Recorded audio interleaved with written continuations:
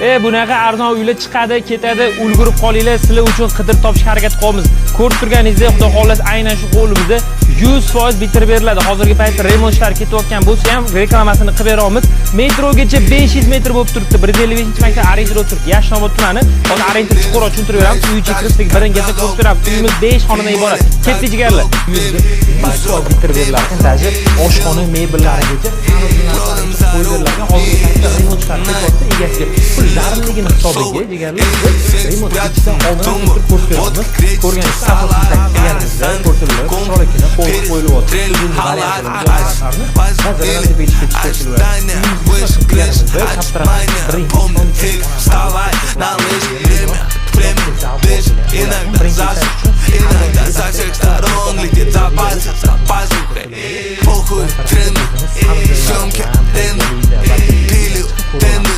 İkinci etajga shuni ko'tarilganimizda jigarlar 3 ta xonamiz mavjud va sanuzalimiz bo'lib turibdi. Ketdi chap tarafimizga birinchi xonamiz.